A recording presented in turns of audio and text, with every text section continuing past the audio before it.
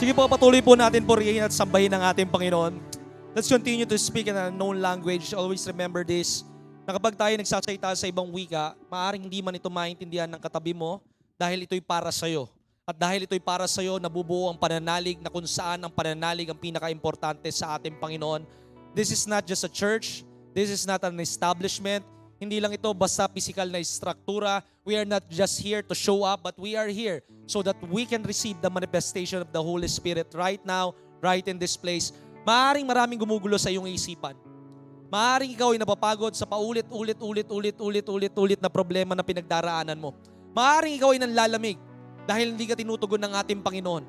Maaaring napakarami mong katanungan sa iyong buhay, but just for this very moment, buksan mo ang puso mo. Buksan mo ang isipan mo. Tandaan mo ang sabi ng awitin kanina, walang imposible sa ating Panginoon. Kayang-kayang bayaran ng Diyos yung pagkakautang mo. Kayang-kaya ng Diyos na baguhin ang asawa mo. Yung mga bagay na hindi natin kaya, kayang-kaya niya dahil ang sabi sa awitin, siya ay makapangyarihan Diyos. Let us continue to worship God. Let us continue to speak in tongues. Let us continue to welcome the Holy Spirit in this place. Hindi mahalaga ang mensahe, ang mahalaga ang sinasabi ng ating Panginoon. Ang mahalaga ang kanyang tinig. Hindi tayo magwawagi dahil lamang sa ating karanasan. Oh, Holy Spirit, come in this place, oh God. We welcome you in this place, oh God. We welcome you, oh God. Sinasamba ka namin, pinupuri ka namin, oh God. Oh, ikaw ang nag-iisang dakilang Diyos, Panginoon. Sekerehoborosenderekia, sekerikia, oh God. Let this church, oh God, be on fire, oh God. Let this church, oh God, be zealous for you, oh God. Create in us a clean hands, oh God. Create in us a pure heart, oh God. Restore unto us, oh God, the joy of salvation, Panginoon. Flow mightily in this place, oh God. Sekerehoborosenderekia, handarakia, soborohandarekia. Soborohandarekaya, sekerekia, shenderekia. Soborohandarekaya, sekerekia, andarakia, soborohandarahandarahandara. Let there be an outpouring of the Holy Spirit, O God. You said in your words, O God, in the last days, O God, you will pour out your Spirit, O God. Tatanggalin mo sa amin, Panginoon, ang pagiging matigas ng aming puso, O God. Ang aming kamay na hindi makatayo sa iyo, Panginoon, ay aming iuunat, Panginoong Yesus. Upang kami ay iyong abutin, Panginoong Yesus. Tanggalin mo sa amin, Panginoong Yesus, ang aming hindi pagkapaniwala sa iyo, Panginoon. Alisin mo ang pagkatakot sa aming buhay, Panginoon. It's not about our words, O God. It's not about who we are, O God. Hindi kung ano ang aming sinasabi, Panginoong Yesus. Hindi kung sino kami, Panginoong Yesus. It's about you. Hindi sa aming pangangailangan, hindi sa aming kabigatan, hindi sa aming pakiramdam, Panginoon. It's not about ourselves. It's not about our feeling. It's about you alone, Jesus Christ. You alone deserve the highest praise. You alone are worthy to be lifted up, Panginoong Yesus. Pag tayo'y umaawit, it's not about us. It's about giving back to God the highest praise. When we worship, God is not listening on our words. He's not looking on how we cry.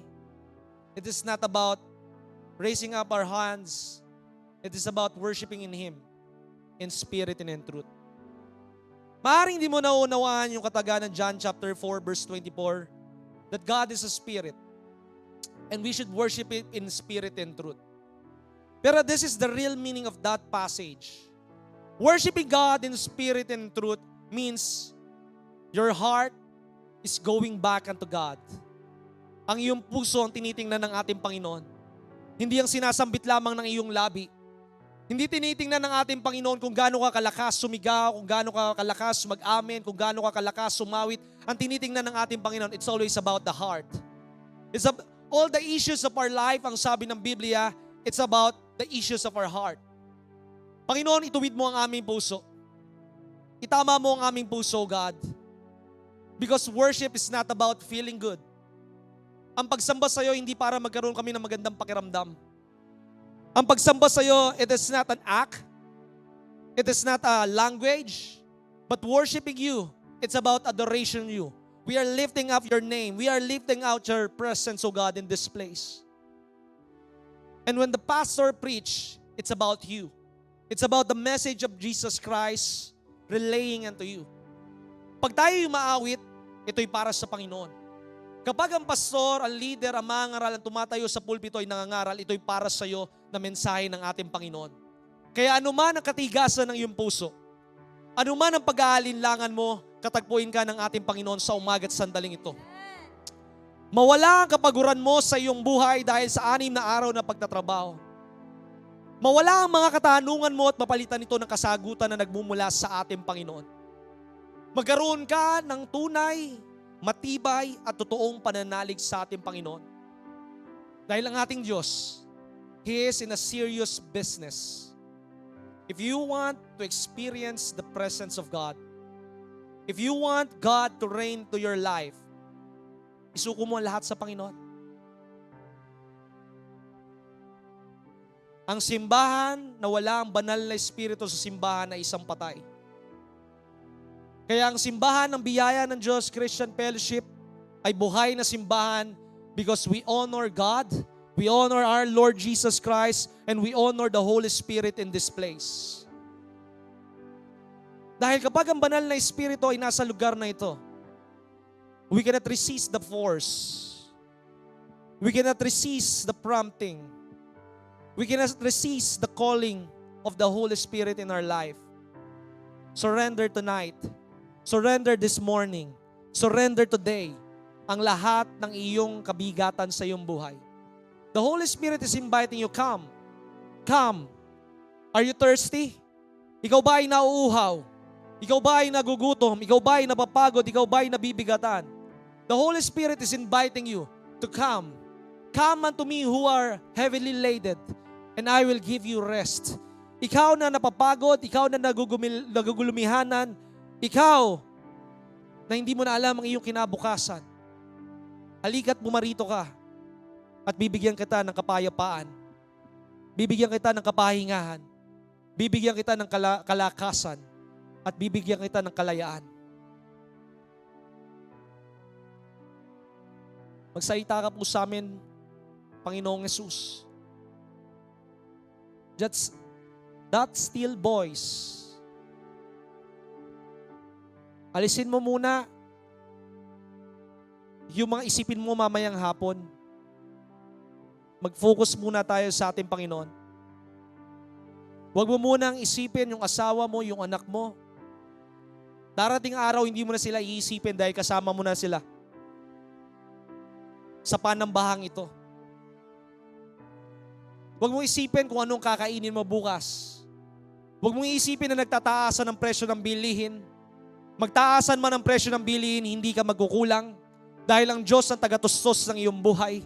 Kung paanong ikaw ay nabuhay sa panahon ng lockdown, kung paanong ikaw ay hindi nagkulang sa panahon ng pagtaas ng presyo ng crudo noong 2022, ito'y kayang muling ulitin ng ating Panginoon because He is the same yesterday, today, and forever. God is not lacking because He owns the whole universe. He can command the blessing to come into your storehouse. He can command your blessing na kahit na ito'y 500 piso na lamang, makakaabot yan hanggang sa magtapos ang pagtaas ng presyo ng bilihin. Hindi ka magkukulang. Kagaya nung balong babae, yung kanyang sisidlan ng pagkain, yung kanyang sisidlan ng harina, yung kanyang sisidlan ng langis, hindi nagkulang hanggang pagtapos ang taggutom. At ikaw ay makakapagbigay pa sa kapitbahay mo. Ikaw ay makakapagbigay pa sa magulang mo. Ikaw ay mamamangha dahil kahit kukunti ang kahawak mo, kayang-kaya ito paramihin ng ating Panginoon dahil tinuturuan ka ng ating Panginoon na magpasalamat. Magpasalamat na kahit na konti ang dumarating sa iyo. Magpasalamat na kahit na sunod-sunod ang bill na dumarating sa iyo. Dahil pasasalamat, Panginoong Yesus, ay isang tanda ng aming pananalig sa iyo. Oh, Holy Spirit, we are preparing the way for you, O God. Touch our heart. Hipuin mo ang aming puso, Panginoong Yesus. Buksan mo ang aming spirito, Panginoong Yesus, na makita namin, Panginoong Yesus, na hindi problema, hindi katatakutan ng aming nasa paligid, kundi kami napapaligiran ng iyong laksang mga anghel, Panginoong Yesus. Panginoon, buksan mo ang aming spiritual na mata, hindi ang natural na mata, Hindi ang pag-iisip na nagkakalkula. Buksan mo ang aming pag-iisip, Panginoon, sa supernatural, Panginoong Jesus. Alisin mo kami sa umagang ito sa pagiging reliyoso, Panginoon. Alisin mo kami, Panginoong Jesus, sa pagiging kontaminado ng aming puso at ng aming isipan, O God. There are a lot of news that is circulating, O God. But we just want the good news, O God. We want the good news, O God, that you will provide everything, O God. That you will heal us, O God. That you will be with us, O God. That you are for us, O God. And no weapon formed against us will prosper, O God. Wala kaming dapat katatakutan. Hindi ka nag-iisa, maaring ikaw man ang kumikita sa pamilya mo, hindi ka nag-iisa dahil kasama mo ang Diyos lumalakad side by side. Holy Spirit, we welcome you right now. Hindi ko sila kayang baguhin. Hindi ko kaya silang kumbinsihin. Hindi ko kayang magpakita ng kung anumang bagay kung hindi mo kami sasamahan, Panginoon. Hindi mo kami gagalang dahil sa aming kasuotan. Hindi mo kami gagalang dahil sa aming pagkatao. Maaring nagmumura man kami, Panginoong Jesus, kaya kailangan namin ng tagapagligtas. Maaring kami man ay tinatamad na manalangin, Panginoon, tinatamad man kami magbasa ng Biblia, Panginoon, dahil ang laman ay patuloy na nagtatagumpay sa aming katawan. But when we encounter the Holy Spirit right now, O God, there will be a mighty transformation, a mighty change in our life, Panginoon, na laging hahanapin namin ang iyong presensya, Panginoon. Because our duty, O God, is not to change people. Our duty, O God, is to present the kingdom of God, to present the gospel, O God. And you are in charge to change everyone, Panginoong Jesus. Come, Holy Spirit, kantahin natin yon.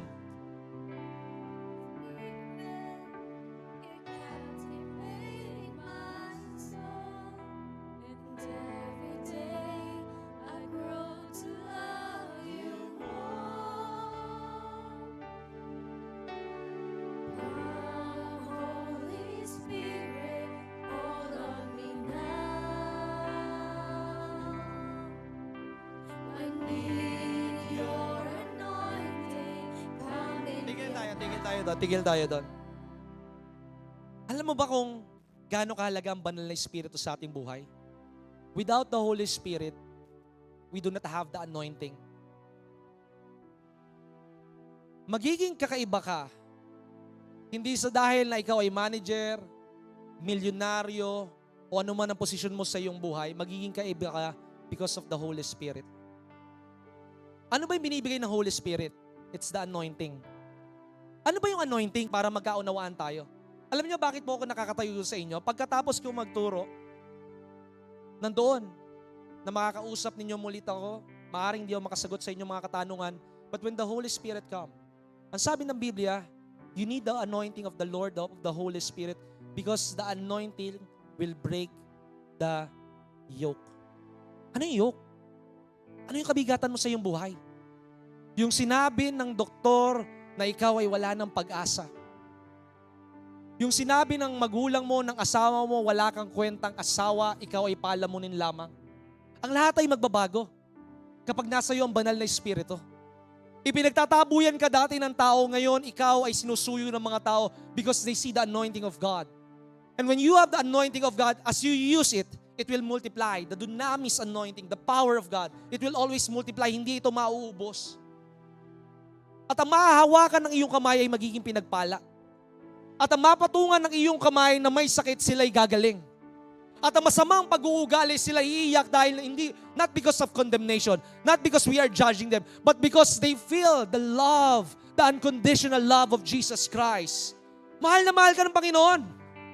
Hindi nagbabago ang pagmamahal ng ating Panginoon hanggat ikaw na ay sumuko doon sa kasalanan mo na tinatago mo na hindi man makita ng magulang mo ni pastor, pero alam yan ng ating Panginoon because God sees you clearly. God sees you transparently. And when you have the anointing, dalawang bagay mangyayari sa iyong buhay. Number one, hahangaan ka ng maraming tao because they see Jesus Christ in you. Pangalawa, may mga maiinis sa'yo. Dahil nasisilaw sila doon sa liwanag na nagmumula sa iyo, na nagaling sa ating Panginoon. But at the end of the day, ibigay lang natin ang credit sa Panginoon. Hindi tayo nakakapagpagaling dahil sa ating sariling kakayanan. Hindi ka tumutugtog dahil ikaw ay talentado. Hindi ka kumakanta dahil ikaw ay may boses. In this church, we don't need a skilled, a talented people. We need a consecrated people. May talento ka nga. Ayaw mo naman magbasa ng Biblia. It is just a noise. Magaling nga ako magsalita. Hindi ko naman ginagalang ang aking magulang at hindi ko naman tinutusan ng aking asawa. Walang saysay ang aking pagtuturo. It's not about the gift. Ang sabi nga nung mga ngaral last Friday na inatira namin ni Brother King, our gifts will not get us to heaven. Yung regalo na binigay ng Panginoon, hindi ito makakapagdala sa langit. It's about the outpouring of the Lord Jesus Christ through the Holy Spirit. Dahil kapag nasa atin at naghahari ang banal na Espiritu, magbabago ang paningin mo. Ang makikita mo hindi problema. Ang makikita mo yung promosyon. Ang makikita mo hindi yung sama ng ugali ng katabi mo o kasamaan mo sa simbahan. Sa simbahan, maraming suplada. Maraming suplado. Maraming mayayabang. Pero hindi yun ang makikita mo sa kanila.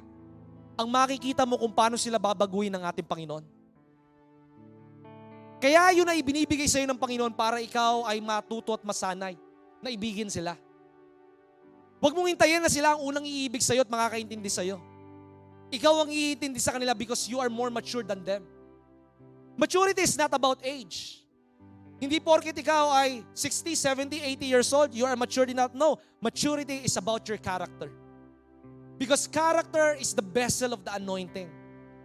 Without the character, hindi dadaloy ang tinatawag na kapangyarihan ng Diyos sa ating buhay. And what is the character? Humility. Na laging sabik na sabik ka na magpaturo sa iyong pastor. Na laging sabik na sabik ka kahit ikaw ang top honor student na estudyante, nandun pa rin yung paggalang mo sa iyong magulang. Na kahit na napakarami ng katagumpayan sa iyong buhay, ikaw pa rin ay low-key. Na kung saan gusto mo pa rin makausap sila, matuto sa kanila because we are a learner of life. Lord, ano man ang mga hadlang sa aming buhay, para hindi ka makakilos, Panginoon, tanggalin mo ito. Remember, you are like a pipe. Kagaya ka ng isang tubo. Pag ang isang tubo, kagaya sa prayer mountain, may ugat, may dumi, hindi makadaloy ng tuloy-tuloy yung tubig. Kailangan muna natin linisin ang sarili nila. For a moment before we continue on the song, let us ask first for forgiveness. Lahat tayo nagkakasala.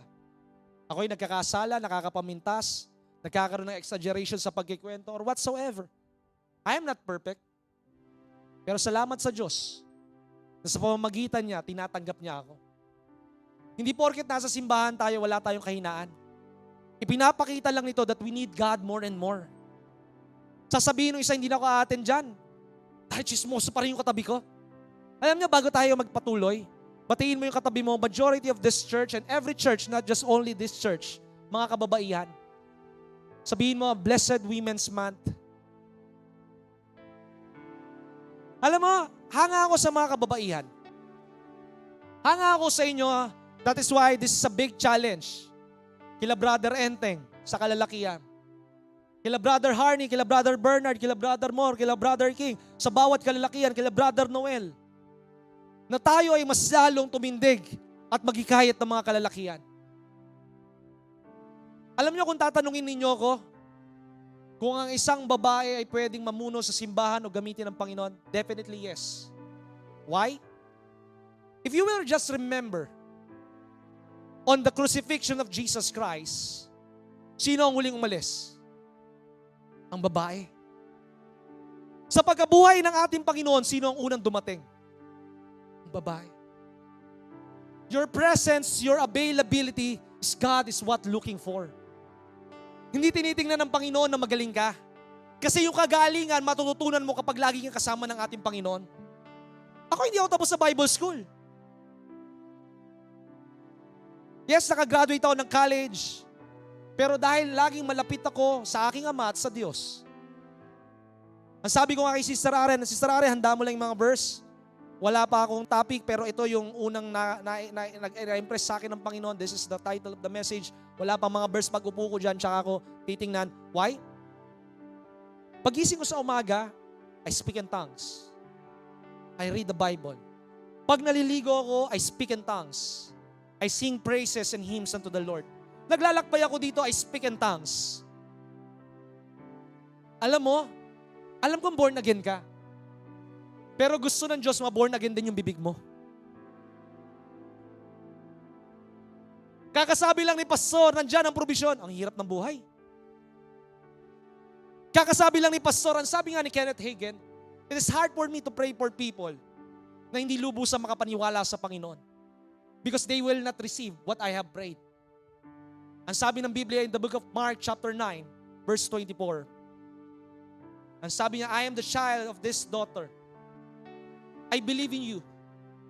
But Lord, help me to conquer my unbelief. Alam mo, apat na bagay eh.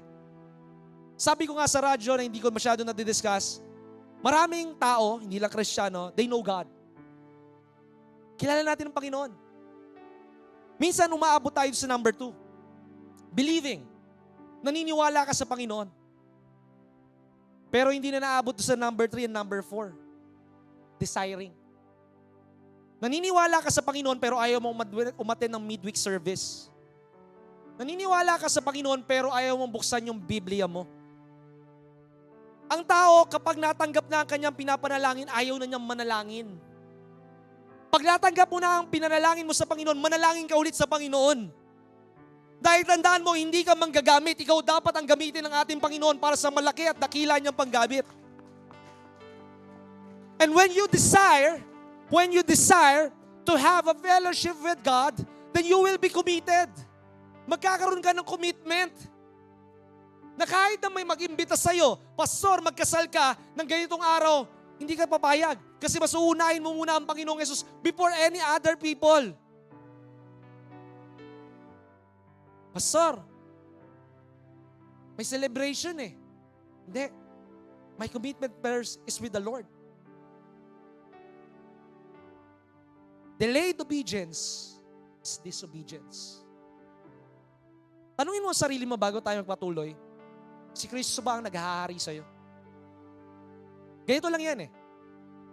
Kung si Kristo ang naghahari sa'yo, huwag mong sasabihin, this is what I want. Pero kung si Kristo ang naghahari sa'yo, this is what God wants. No more excuses. No more business. No more anything else. Just you and me, oh God. Come, Holy Spirit, fall on me now.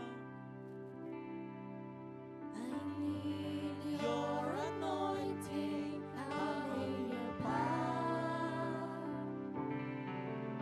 I love you, Holy Spirit, you captivated my soul, and every day I grow to love you more.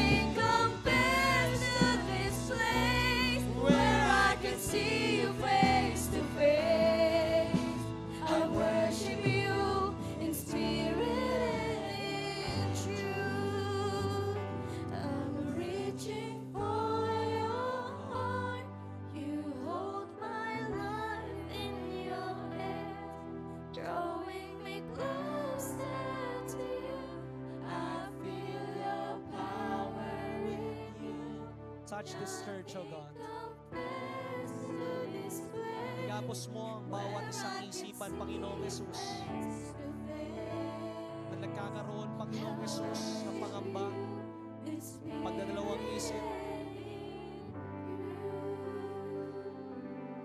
reach for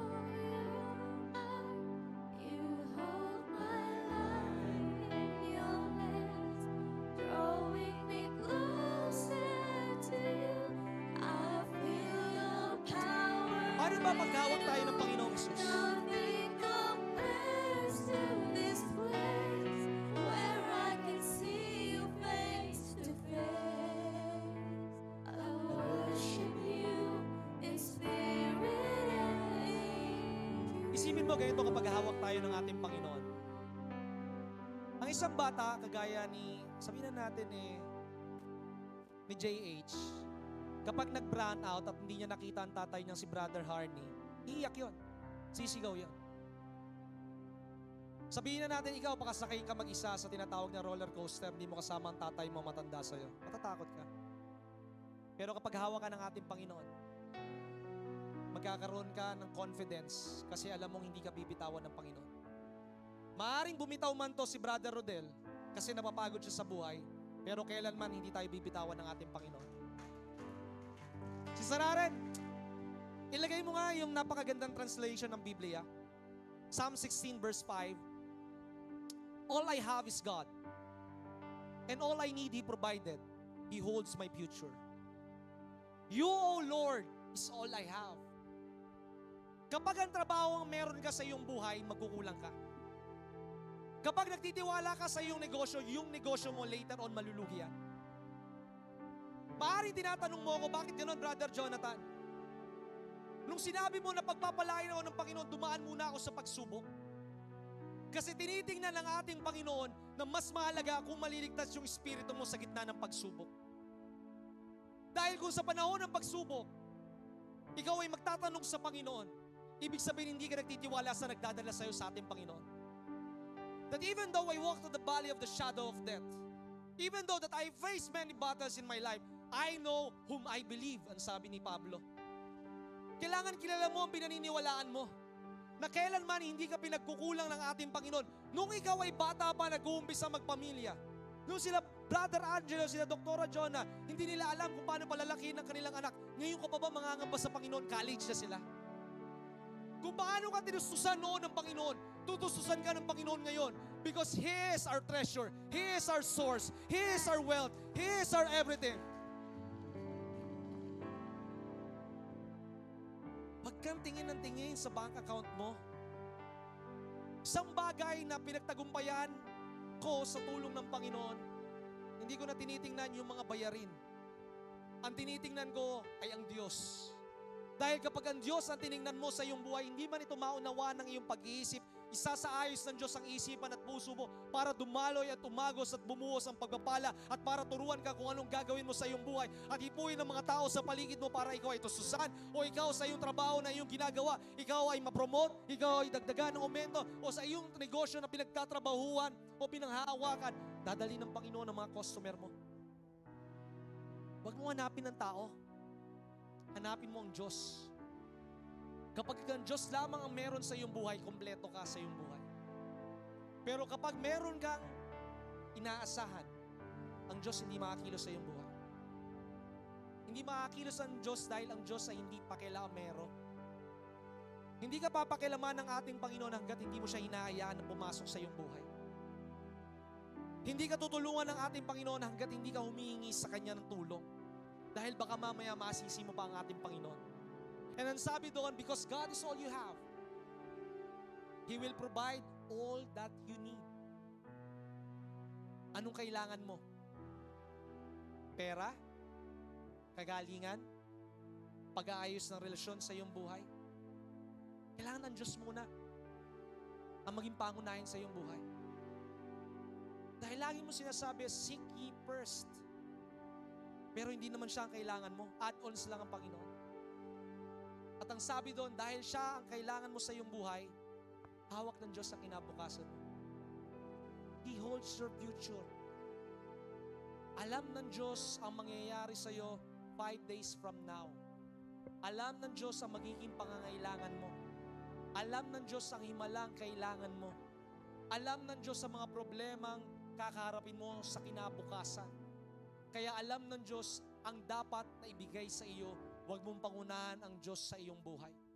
Ang kailangan mo ay magtiwala ng lubusan sa Kanya, sumunod sa Kanya, at makinig sa Kanyang boses na pinagagawa sa iyo. Tumahimik ka muna, huwag ka munang magreklamo, huwag ka munang magtanong, tumahimik ka muna at maririnig mo ang klarong-klarong pinagagawa sa iyo ng ating Panginoon. And this is the sign na kailangan ng simbahan ng bawat isa ng revival. Kung ikaw, dumadalo ka sa simbahan dahil nandyan lang ang nanay mo, asawa mo, dahil lang nakasanayan mo, you need a revival. Kung dumadalo ka sa simbahan dahil wala naman ako pupuntahan ngayon kaysa naman magbiyahe ako, mag-mall ako, gastos pa yon. At least dito makakapahinga ako, you need revival. Kung napapagod ka, kung natatakot ka, kung ikaw ay nanlalamig, you need a revival. Ang sabi ng Biblia, ilagay natin doon in Psalms chapter 85, verse 6. Psalms 85, verse 6. O Lord, will Thou us revive us again so that the people will rejoice. Maaaring sa inyong mga mukha nakakangiti ka sa aking harapan. Sa harapan ng iyong kasamahan sa simbahan, pero deep inside, punong-puno ka ng kalungkutan. May the Lord revive this spirit in you so that you will have a joy that is unspeakable. So that you will have a joy that gives you strength. So that you will have a joy that leads you to see the goodness of the Lord. So that you will have the strength and the courage to face tomorrow. At alam mong ikaw ay revive na revive. Sabi ko sa aking asawa, isa lang ang tinitingnan ko Isa lang ang gusto kong makita na gagawin ng Panginoon. Na kahit na 9:00 ng umaga at 9:00 na ng gabi, wala pa rin nag-uuwian sa simbahan. Because when you read the book of Nehemiah chapter 8 and chapter 9, makikita mo before they rebuild the walls, mula umaga hanggang gabi, sila'y nagpupuri, sumasamba, at nag-aaral ng salita ng Diyos. Dahil alam mo, kapag ikaw ay punong-puno ng Espiritu ng Panginoon, walang bagay na hindi mo kayang pagtagumpayan. Kapag punong-puno ka ng Espiritu ng Diyos, wala kang katatakutan, dahil alam mong laging ikaw ay magtatagumpay. Hindi ka mapapagod sa iyong ginagawa. Kung ikaw ay napapagod sa iyong ginagawa dahil ang laman mo ang tumatrabaho. Napapagod ka na maliit ang iyong sweldo, inisip mo na ba ang iyong pastor kung may sinisweldo, pero siya'y masaya, nakakapagbigay pa. Ano ang susi ng isang pastor? Espiritu ng Diyos. Dumaan na sa malaking problema ang iyong pastor, naroon pa rin siya at hindi nakaka-absent ng gawain ng Panginoon. What we desire, what we are experiencing right now, may you experience it. But are you ready for the breaking? Because God first will remove you from the comfort zone and put you on your faith zone. At tanggalin ka muna doon sa nakasanayan mo. Maaaring yung nagtutustos sa iyo ng iyong anak, magkakaroon ng tinatawag na pansamantalang krisis para ikaw ay magtiwala lalo sa Panginoon at hindi sa tao. Para mismo ikaw makita mo sa iyong buhay na ang Diyos ang aking pastol, kailanman hindi ako magkukulang. Maaaring ikaw ay ininom mo na lahat ng dapat na inumin ng mga pampalakas sa iyong katawan, pero wala pa rin ito naging epekto para maranasan mo that God has the final say. Para maranasan mo that He is the length of your life. Para maranasan mo sa iyong buhay na siya ang lumikha sa iyo, kaya siya ang magbibigay sa iyo ng buhay. Hindi ka mamamatay hanggat hindi pa takda ng Panginoon sa iyong buhay dahil ikaw ay magpapatotoo pa. Ikaw ay pupunta sa mga ospital at i-declare mo ang kagalingan sa kanila sa makapangyarihang pangalan ng ating Panginoon. May the Lord satisfy you. May the Lord restore His Spirit in us. May the Lord restore the fire And may that fire continue to be ablaze. And from that ablaze, it will be a wildfire na makikita mo kahit hindi Sunday, sa kalye ng inyong lugar, merong revival. Makikita mo na ang bansang ito hindi mababago dahil sa politiko, ang bansang ito ay mababago dahil sa Diyos, sapagkat siya'y nagumpisa sa inyong pamilya, sa inyong tahanan, sa inyong barangay, sa inyong komunidad, hanggang ang buong bansa ay mabago. Dinadala tayo ng bawat problema para tayo wala nang ibang takbuhan, kundi ang ating Panginoon. Kaya kesa ikaw ay bumabad sa social media, kanina, dahil alam kong may laban ngayon yung Lakers, sabi ko, Panginoon, ayaw ko magbukas ng application ng NBA or ng Facebook kung sino manalo. Because my focus should be only in you. That my mind, my heart should be fixed in you. Not on the things of this world. Kaya nga sabi ko, maraming tao, may dalang cellphone, pero aminin nyo naman o hindi. Minsan nakikichismis din kayo sa Facebook habang nagtuturo si pastor. Bumili kayo ng Biblia. Sulatan nyo ang Biblia ninyo. Kaya dinala ko na yung maliit na Biblia. Yung malaking Biblia, walang sulat yun eh. Parang cosmetics. Pero ito talaga ang sinusulatan ko, hina-highlightan ko, dinodrawing ko, nilalagyan ko ng date, nilalagyan ko ng revelation ng Panginoon. Nakakabili ka ng sapatos, ba't ayaw mong bumili ng Biblia? Nakakapag-load ka ng 300 a month, ayaw mong bumili ng Biblia? Sa oras na bumili ka ng Biblia, sa una tatamarin ka. Pero kapag binuksan mo ito, makikita mo ang mensahe ng Diyos sa iyong buhay. Huwag mong sasabihin sa akin na hindi nagsasalita ang Diyos. Kaya hindi nagsasalita ang Diyos kasi hindi mo binubuksan ang kanyang salita. Kaya nga for the last time, we need the Spirit of God. Hindi ko kayo makukonvince na bumili ng Biblia. Hindi ko kayo mababago na tigil nyo ang pag-inom ninyo. Hindi ko kayo mababago na kayo ay maging maalab sa Panginoon. Pero kapag ang kapangyarihan ng banal na Espiritu ay sumainyo, hindi niyo mapipigilan ang pagkilos ng Panginoon sa inyong buhay. Spirit, touch your church, O God.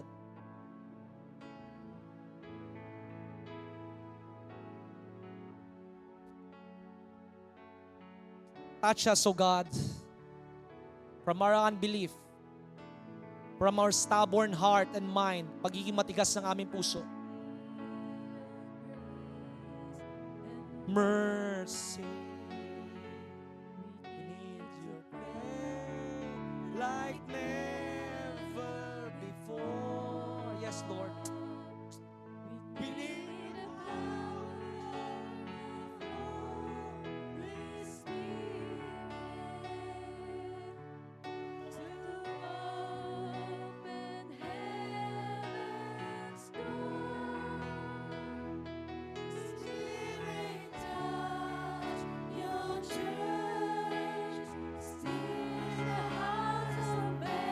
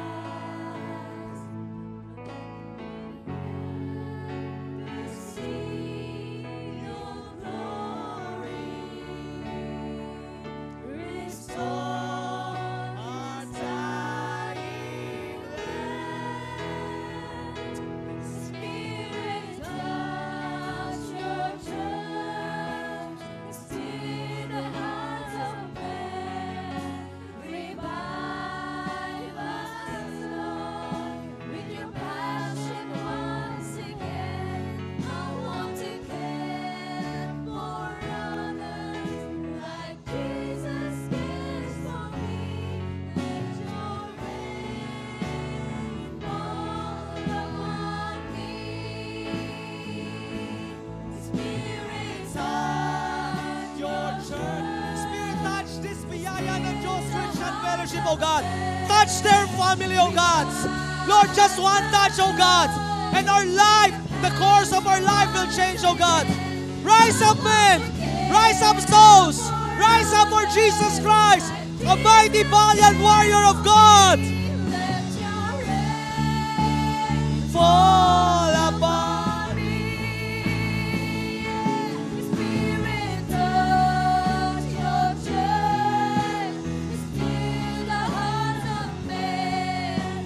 Revive us, Lord, with your passion once again. I want to care for others like Jesus cares for me. Let your rain fall upon me. Spirit, touch your church. Speak the hearts of men. Revive us, Lord, with your passion once again. I want to care for others like Jesus cares for me. Let your rain fall upon me. Spirit, touch your church.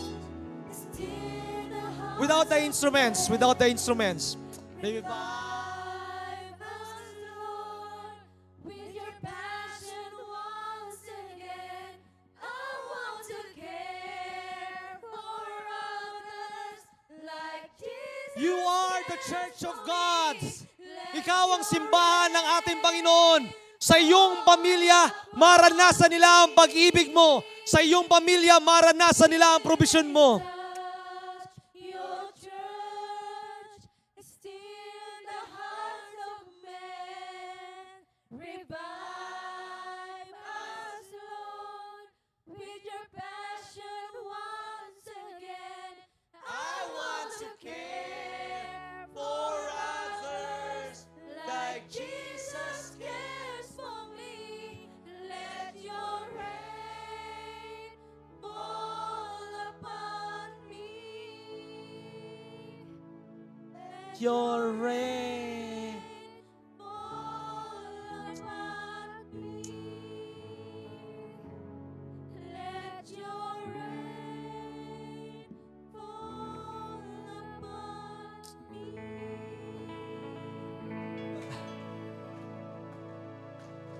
Sekere hoboro shenderikia oga sekere hoboro sekerikia. Ang saro ng pag-ibig na nagmumula sa iyo, Panginoong Yesus, ay ibuhos mo sa puso ng bawat isa so that they will have compassion, they will have love, they will have care. Give them the discerning of the Spirit, O God, upang ang bawat kapatiran sa simbahan, Panginoong Yesus, ay malalaman nila, Panginoong Yesus, ang pangangailangan ng bawat isa. If they need someone to encourage them, let them be. Kung nadadarama nila na kailangan ng pamasahe, ng pera, abutan nila, Panginoon. Hindi lang po kami basta bookish, Panginoon. But we are the church. And being the church means having a brother, having a sister in Jesus Christ. Na hindi kami nag-iisa sa aming labanan. Na hindi kami nag-iisa sa aming kalungkutan. That we will pray for one another, help one another, strengthen one another. Naalalayan namin ang bawat isa, Panginoong Yesus. Let the love that we receive be translated into action, O God. Mangyari simula sa araw na ito, walang magiging mahirap sa simbahan na ito.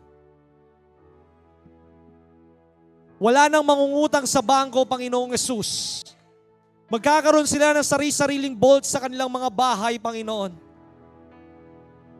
Because in the book of Acts, as it is written, na nagtibon-tibon ng iyong mga apostol at disipulo, Panginoon, through breaking of the breads, through listening on the preaching of the apostle, through fellowshipping one another. And it says on that word, on that passage, Panginoon, and none of them lack.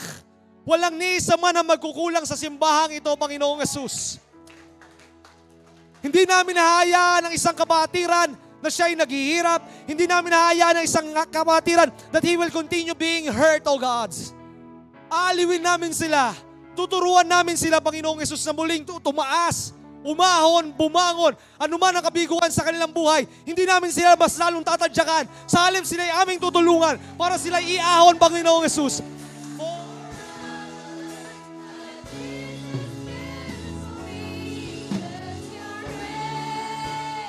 Fall upon me. Spirit of your church, still the heart of man. Revive us, Lord, with your passion once again. I want to care among others like Jesus cares for me.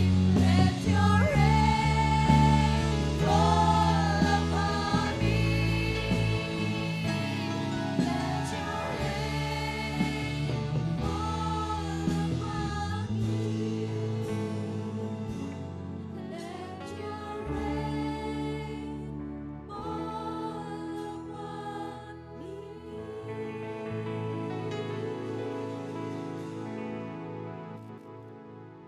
Starting today,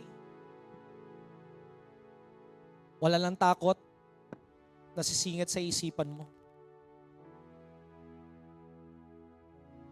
You are an overcomer. You wear the victor's crown. Makikita mo kung kailan nagmamahalan ng bilihin, tsaka ka makakabili ng sasakyan. Makikita mo ngayon hindi ka may stress sa paligid mo because the Word of God says the Holy Spirit will comfort you. Maaring 10 taon pa ang hulugan ng iyong bahay, pero pwedeng mangyari sa loob ng 1 taon, ma-fully paid mo ito. Maaring sinasabi nila sa panahon na kagaya nito mahina ang negosyo, pero yung negosyo mo magiging pinakamalakas. Because the economy of God is different from the economy of this world. His mind is different from your mind. His ways is different from your ways. Kung kailan panahon ng lockdown, ang simbahang ito ay nagbibigay ng maraming manok. Hindi kaya pwedeng kung kailan panahon ng lockdown, mamimigay tayo ng mga coupons sa panggasolina na worth 300 pesos sa lahat ng mga jeepney drivers. Hindi ito imposible kapag lahat tayo ay tumayo sa pananalig at humakbang at ating agad isinagawa ito na tayo ay magtipon-tipon para makilala ang Panginoon. Sometimes people will not believe in us because we just speak Jesus Christ. We need to them to feel Jesus Christ in our life. Lumabas tayo! At makikita mo kung paano kumilos ang ating Panginoon. Kaya nga sa oras at sandaling ito, hindi pa tapos ang Diyos sa iyong buhay. Appetizer pa lamang yung natikman mo 10 years ago. Prepare yourself. Bago tayo tumungo sa mensahe, pag may mga lindol, minsan nalulungkot ako na nasasayahan ako. Nalulungkot at nasasayahan. Nalulungkot, alam nyo bakit? Pag may lindol, saka nagsasabi ang mga tao, nandiyan na, palapit na si Lord. Mararapture na. End of the world na. Second coming na ni Lord. Pag nagigera, nandiyan na. Babalik na ang Panginoon. I think you are not reading the Word of God. Because ang sabi ng salita ng Diyos, hindi babalik ang Panginoon dahil may digmaan o dahil maraming namamatay sa kabilat kanan. Ang sabi, when the kingdom of God is preached, then the end will come. Marami pang kailangan makarinig ang salita ng Diyos. Gusto mong makasama sa rapture. Ang problema, hindi mo kakilala ang Panginoon. Parang ganito lamang po yan . I don't know bakit ito nilagay ng banal na espiritu while I am driving papunta sa parking lot. Maraming gusto ng rapture, maraming ang gusto ng second coming ng Panginoon. Hindi nila kilala ang Panginoon. Parang ganito yan . Pupunta ka sa airport, hindi mo kilala yung susunduin mo. Diba? Kaya gusto mo ma-rapture kasi may utang ka. Kaya mo gusto ma-rapture kasi may dinadamdam ka sa katawan mo. Hindi ka mara-rapture na tayo talunan. Mali yata ang Bible na binabasa mo. Ang sabi, that the church will be powerful in the last days, then the end will come. Bago ka ma-rapture, isipin mo muna yung kamag-anak mo. Magpatawad ka muna. Kasi hanggat hindi ka nagpapatawad, hindi ka rin mara-rapture. And this is our topic for today. Let us always align our life with our Lord Jesus Christ. I-align natin sa Panginoon. Huwag natin i-align sa mundo. Huwag natin ipantay yung buhay natin sa mundo. Sa mundo, kailangan mo laging makipagsiksikan, makipagbrasuhan, para lamang kumita ka ng kakarampot na pananalapi. Pero tandaan mo, kailangan umalis ka sa convenience. God cannot work into your life when you are moving into convenience. You cannot experience God in your life kapag maganda ang buhay. God wants a commitment. Ang tao, bago manalig sa Panginoon, He wants an assurance. Eh ang assurance ng ating Panginoon, what He have done on the cross, on the Calvary. Ang assurance sa Panginoon nasa Biblia. Ang sabi ng Panginoon, read the book. Search the scripture. And none of my promises will not return unto me void. And none of my promises ay hindi pwedeng hindi maganap. It will fulfill its purpose para sa iyong buhay. Ngayon mo mararanasan kung ikaw itutuong nananampalataya sa ating Panginoon, na makita ang kadakilaan ng ating Panginoon. Kaya nga sa oras at sandaling ito, ihanda po natin ang ating sarili. Sabihin mo, I am not an attendee. I am a child of a living God. At alam mo, kapag anak ka ng ating Panginoon, kahit sabihin mo na ikaw ay kasambahay, kahit sabihin mo na ikaw ay gasoline boy, kahit sabihin mo na ikaw ay magsasaka, kahit sabihin mo na ikaw ay basurero, dahil ikaw ay sumusunod sa ating Panginoon, ihahanda niya ang plataforma at ang temblado sa iyo para magamit ka ng ating Panginoon, because God is not a respecter of person.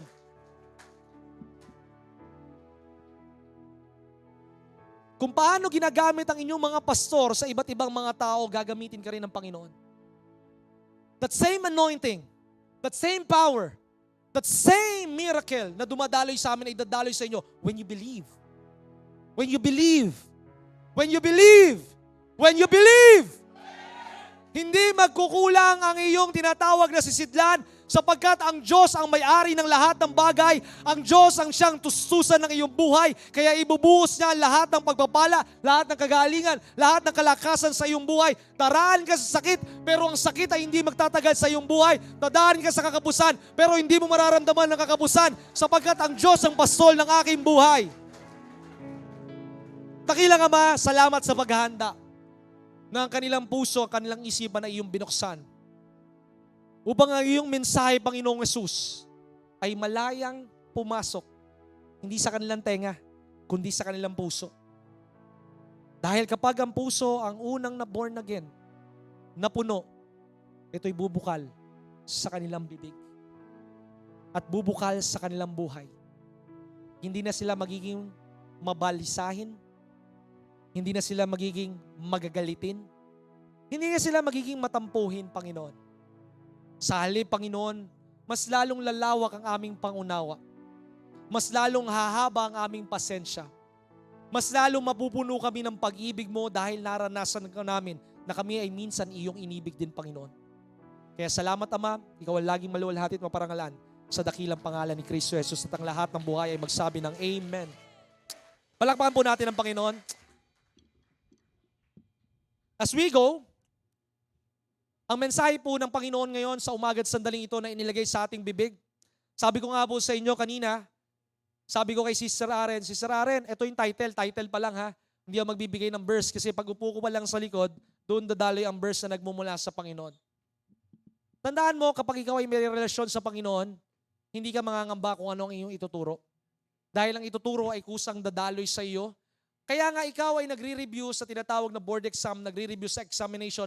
That is why it is called what we call the word review. Again, you are just viewing yung mga napag-aralan mo sa iyong buhay. Hindi po tayo magtatagumpay sa ating buhay. Ang sabi ng isang kapatid sa simbahan, Pastor, di ako nagbabasa sa Bible eh. Pero ang alam ko, nararanasan ko ang Panginoon, kaya sapat na nararanasan ko ang Panginoon. Sabi ko, wala kang mababasa na karanasan lamang ang mga katalo sa kaaway.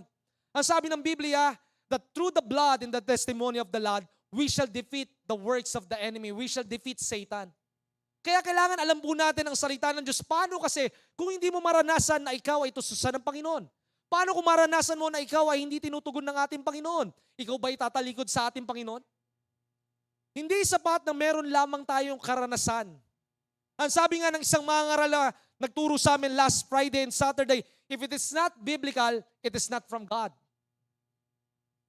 Kung hindi ito mula sa salita ng Diyos, hindi ito mula sa Diyos. Because the Word of God, if you have the Word of God, it is the voice of God, it is the Spirit of God, it is the seal of God.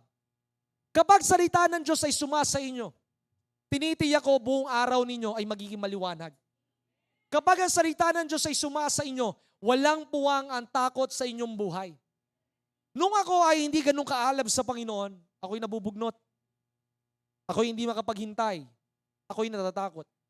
Pero kapag puno ka ng salita ng Diyos sa iyong buhay, wala kang dapat katakutan sa iyong buhay. Dahil gusto kong ipaalala sa iyo na ikaw ay hindi lamang basta miyembro ng simbahang ito, na ikaw ay hindi lamang basta nilikha ng ating Panginoon. Sabihin mo sa iyong sarili, ako'y anak ng Diyos. Parang hindi kayo kumbinsido na anak kayo ng Diyos. Parang hindi kayo sigurado na anak kayo ng Diyos. Sabihin mo, ako'y anak ng Diyos. Ako'y anak ng Diyos. Kaya sabihin mo sa sarili mo, kaya umayos ka. Umayos ka sa iyong pag-uugali. Dahil ang pangalan ng ating Panginoon ang iyong niyuyurakan. Ang pangalan ng ating Panginoon ang iyong minamantsahan. Ang pangalan ng ating Panginoon ang iyong sinisira, hindi ang pangalan mo. Maraming tao sa paligid kaya ako'y ginagalang, una sa Diyos, pangalawa dahil sa aking magulang. Dahil kung ating titingnan, sinasabi ng Biblia that a good name is better than any riches. Kaya napakahalaga that in our life, we must always secure these three things. Ang sabi ni Reverend Reinhard Bonnke, what I always desire, train, and develop is these three things. Number one, integrity. Integridad. Integridad na ang iyong buhay ng pangangaral, ng iyong buhay sa simbahan ay kaparehas ng iyong buhay sa labas ng simbahan. Kung paano ka kumilos sa simbahan, ganun nawa tayo kumilos sa labas ng simbahan. That we should not be a double-faced person. Na hindi dapat doble cara tayo. Na hindi dapat dalawa ang ating mukha. Pero kung ganun ka pa rin ngayon, then the Lord will always show His grace and mercy unto you. Huwag kang titigil na sumimba dito. Because I am not judging you. Who am I to judge you? I am here to strengthen you, to develop you, to train you. Lagi ko ang sinasabi sa mga kapatiran, kapag kayo itinutuwid, kapag kayo pinapagalitan, pag-alis nyo man sa simbahang ito, sino ba ang igagalang ng mga tao kapag nakita ang kakaibang pag-uugali mo na ikaw ay nagpupo, ikaw ay kakaiba ang iyong pagtatrabaho, ikaw ang pararangalan. Ang pagtutuwid hindi para sa magulang. Ang pagtutuwid ay para sa itinutuwid, para sila igalang ng maraming tao. Dahil kapag magbango ang iyong pangalan, laging hahanapin nila ang iyong pangalan sapagkat alam nila na ikaw ay mapapagkatiwalaan. Because when you have an integrity in your life, ang magiging sandigan ng iyong buhay ay yung tinatawag that you will become dependable. Kaya one of the integrity that we must build in this church, in your family, in your lifestyle muna, consistency. That you will always show up. Because when you are available, kailangan available ka lagi. Kagaya ng isang Boy Scout, kailangan lagi kang handa. Dahil kapag ikaw ay available, doon mas madaling ikaw ay maging dependable na nagmumula sa ating Panginoon. Kapag ikaw ay lagi nakikita sa simbahan, maaaring sabi mo, hindi ko naiintindihan ang tinuturo ni Pastor. Kaya nga sabi ng Biblia, faith cometh by hearing and hearing and hearing and hearing the Word of God. Sa una, hindi mo maunawaan. Sa pangalawa, hindi mo maunawaan. I remember one story, may kapatid siya na tomboy. And I love yung mga tomboy, mga bakla, mga bading, mga LGBT. Mahal na mahal ko sila. Dahil mahal na mahal sila ng ating Panginoon.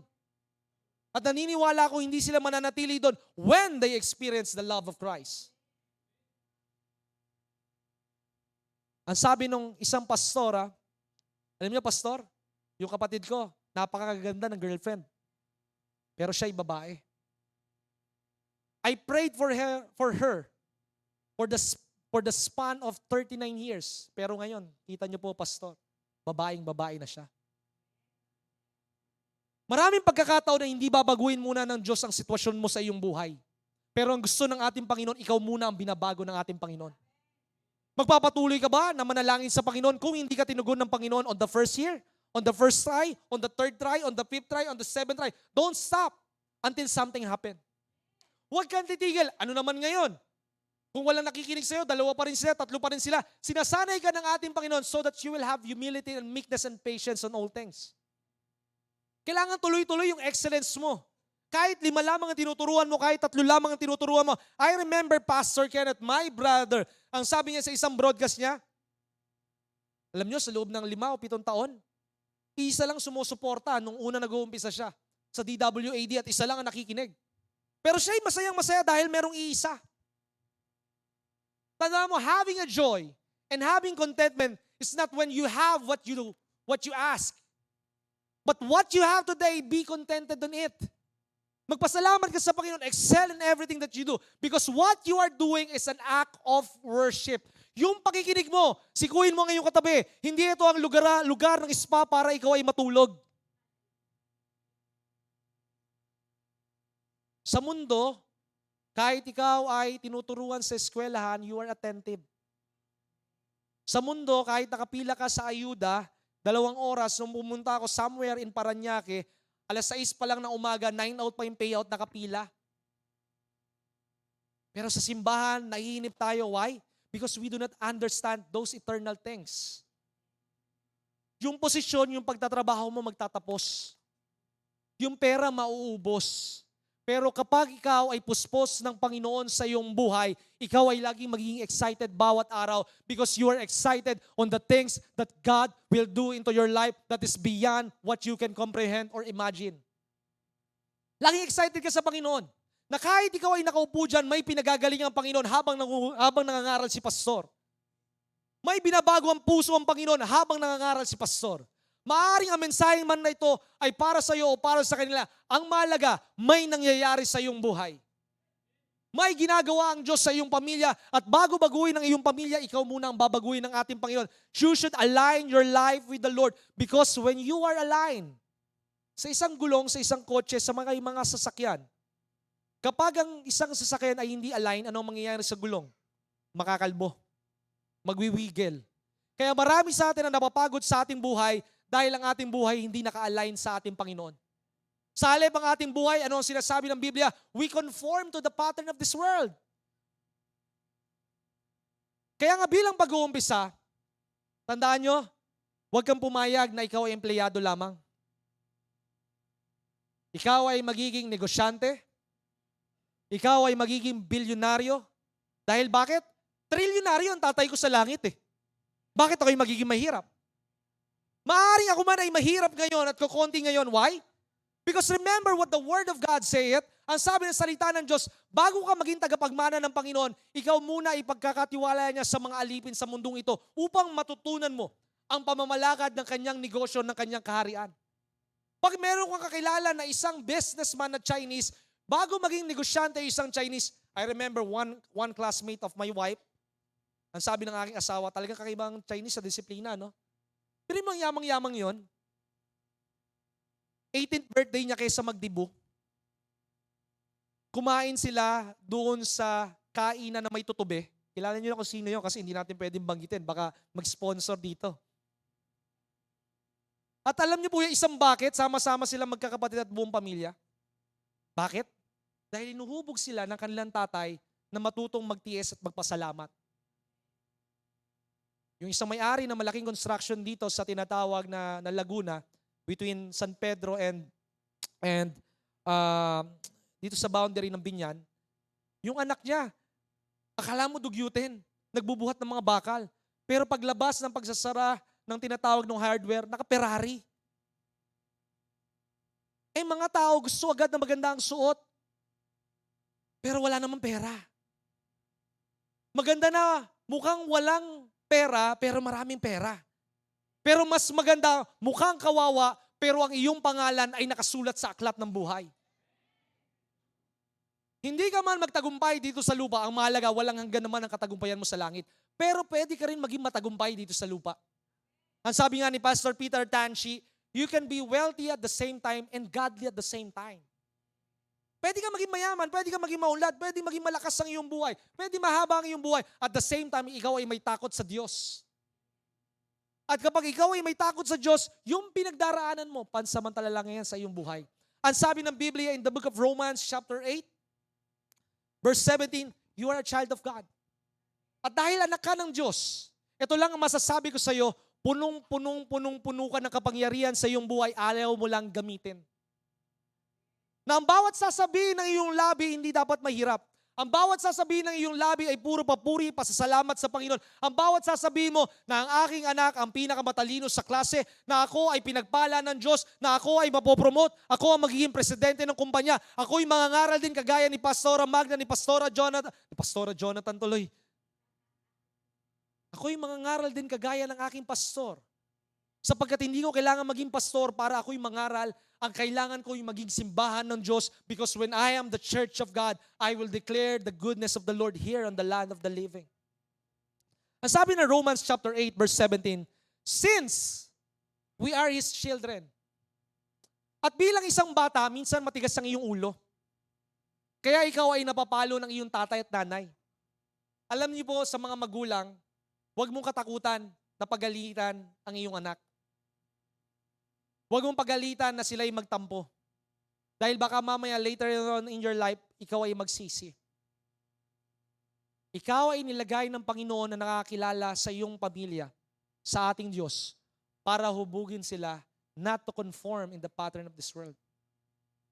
Ang mga kasabayan nilang bata, huwag mo hayaan na sila din ay nagtatablet. Hayaan mo na sila ay magbasa ng libro. Hayaan mo na sila ay mauntog sa hagdanan. Hayaan mo na sila'y masugatan. Hayaan mo na sila'y maging matapang.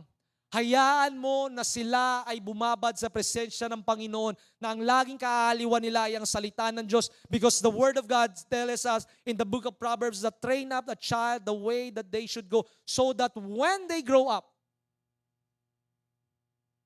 they will not depart from the Word of God. Huwag mo silang hubugin na meron sila ng mga bagay. Hayaan mo na matuto sila na sila'y manalangin lagi sa Panginoon. One time, dahil marapit na magtapos ang klase ng aming anak, this previous month, February, yung sapatos ni Javi, sikip na raw. Sabi ko, Javi, if you want to change your shoes, manalangin ka sa Panginoon na magkaroon ka ng sapatos. Sabi niya, yes daddy, mananalangin po ako. Yes mommy, mananalangin po ako. And then come by Sunday, pumunta kami kila Brother Harney. Si Zizi may spare shoes na hindi ginagamit na ayaw gamitin. May instant sapatos si Javi. And that is a blessing. Sometimes you cannot understand it. Hindi nakakababa kung ikaw ay binibigyan. Ang mahalaga, hindi mo ito ninakaw at hindi mo ito hiningi, pero hinipo sila ng Panginoon sa iyong buhay. Makikita mo ang Diyos ay tapat sa iyong buhay kapag ikaw ay laging tumatawag sa ating Panginoon. Kung ang masamang tao hindi niya hinahayaan ang sabi ng Biblia, ang kanyang anak kapag humingi ng bato, bibigyan niya ng tinapay, bibigyan niya ng bato o ng serpiente, how much more our Father in heaven? Being a child of God, kailangan mo munang makinig sa ating Panginoon. Dahil marami sa atin ayaw makinig sa Panginoon kasi ang gusto niyang pakinggan yung sarili niya. Hanggat pinapakinggan mo ang sarili mo, hayaan ka ng Panginoon, pero ikaw ay masasaktan later on into your life. Kung makikinig ka sa Panginoon, kung makikinig ka sa iyong magulang, kayo mo ma-appreciate yung sinasabi niya.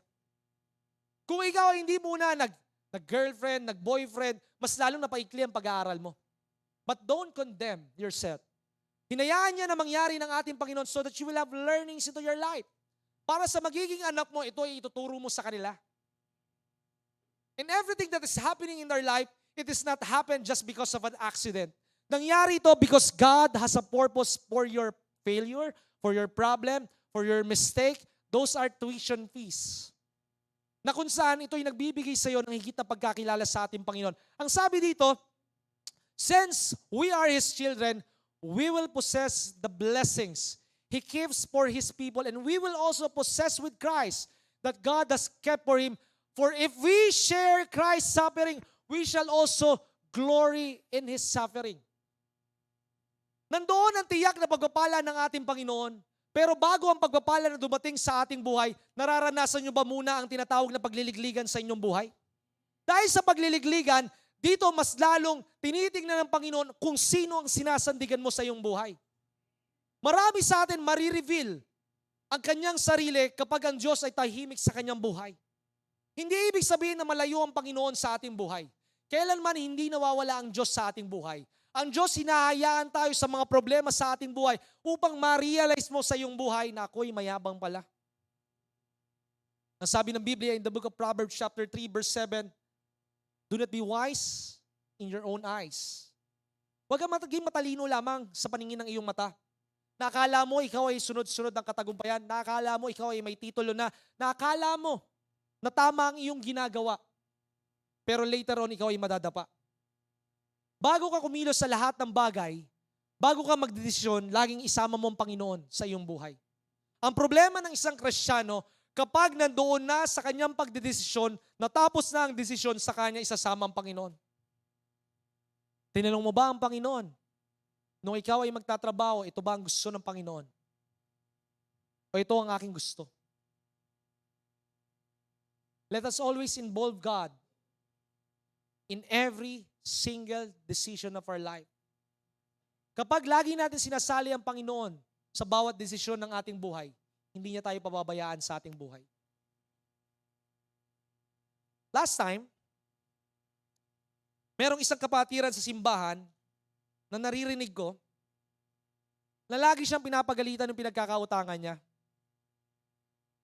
Alam ko yung utang ng taong ito ay nasa 15,000, bumaba hanggang 3,500 na lang kasi hindi naman sapat ang kanyang tinatawag na kinikita. Dahil part-time lang. Tinanong ko sa kanya, bakit ka naman pinapagalitan ng kapatiran natin? Kasi po 500 lang na ihulog ko sa'yo ngayon. Magkano lang ba utang mo? 3,500 na lang. Ganun makagalit sa'yo, 3,500 na lang. Alam niyo, nagpupuyos ang aking damdamin. Nandun yung malaking galit ko at lungkot ko. Alam niyo, kagaya ni Moses, nung nakita niyang inaapi yung mga Israelita, siya ay gumawa ng kaparaanan para may pagtanggol. Ang sabi ko, ayaw ko nang marinig na sinisigawan ka nung ating kasister na yon. Ito yung pambayad na 3,500. Huwag mo isipin kung kailan mo babayaran ito sa akin. Bahala ka na kung kailan mo babayaran. At mula noon, araw-araw siya mula Cavite, lagi nagsisimba sa Green Hills. Alam mo po yun? You need to care for one another. Huwag yung bastang titingnan lamang natin sila. Kasi makikita po natin, hindi tayo binigyan ng Diyos ng pagkatakot. Ang sabi ng Biblia in the book of Isaiah chapter 41, verse 10, ano po ang sinasabi ng Isaiah 41, verse 10? Basahin po natin. Babasahin ko po ito sa isa sa tinatawag na translation ng Good News Translation. Tingnan ko lang po sa aking tinatawag na outline. Do not be afraid. I am with you. I am your God. Let nothing terrify you. I will make you strong and help you and will protect and save you. God is saying to you right now, huwag kang matakot. Huwag kang matakot sa kinabukasan mo. Huwag kang matakot dun sa kaaway mo. Dahil unang-una, God is assuring you, you are not alone. Maaring hindi mo man siya kasama physically, pero ang Diyos, ang sabi ng Biblia, siya ang layo lamang sa iyo ay sa pamamagitan ng iyong bibig. Kaya kapag laging sinasabi mo, ako'y pinagpala, ako'y magaling na, ako'y may mahabang buhay, ako'y malakas, ako'y malusog, ako'y higit pa sa mananagumpay, isang araw magaganap iyon sa iyong buhay sapagkat what you declare, it will manifest into your life. Ano ang sabi ng Biblia? Proverbs 18 verse 21, that death and life is in the power of your tongue. So God is giving you a decision right now. Ano ang sasabihin mo sa iyong bibig? Ikaw ay magrereklamo? Kaya ka nagrereklamo dahil unang-una, hindi ka pa basag. Kaya ka nagrereklamo because you are always comparing your life with other people. Huwag mo ikumpara ang iyong buhay sa ibang tao. Huwag mo ikumpara ang simbahan ito sa ibang simbahan. Iba ang pagkatawag ng simbahang ito kumpara sa ibang simbahan. Dahil ang pagkatawag ng simbahang ito is for revival, for healing, for blessing, for restoration, and for deliverance ng mga tao. Pero may kailangan tayong gawin. Kailangan tayong mabuhay sa kabanalan. Kailangan mabuhay tayo sa kalooban ng kanyang kapangyarihan. Dahil kapag tayo nabuhay doon, then signs, wonders, and miracles are following our life. Dahil ang sabi ng Panginoon, in the last days, I will what? Pour out His spirits on your sons and daughters. They will prophesy. Your young men will see vision. Your old men will see dreams. Na kayo sa lahat ng puntahan nyo sa iyong lugar, kayo ang tinatawag na catalyst and deliverer of the message of God. Na makikita natin sa ating buhay, hindi lamang kaluluwa ang dadali ng Panginoon sa lugar na ito, kundi maraming simbahan ang ipapanganak sa iba't ibang panig ng Laguna, maraming simbahan ang ipapanganak sa iba't ibang panig ng Pilipinas, para ang buong Pilipinas ay maglumbalik sa ating Panginoon dahil ang Pilipinas ay napakayamang bansa. Hindi mahirap ang Pilipinas. Alam niyo bakit hindi mahirap ang Pilipinas? Ang sabi ng kausap ko na isang, sabihin na natin nagtatrabaho sa isang malaking kumpanya ng gasolina, alam niyo po, Pastor, nang pinadaanan ito ng tinatawag na telescopic machine ang Pilipinas, lalong-lalo na banda sa Palawan, alam niyo po kung gaano karaming oil ang deposito ng Pilipinas? More than 900 billion barrels. Mas marami pa po tayo sa Saudi Arabia. Alam niyo bakit hindi pa inilalantad dito ng Panginoon? Ngayon pa nga lang, may konti kayong sweldo. Hindi na kayo umaantid ng online Bible study.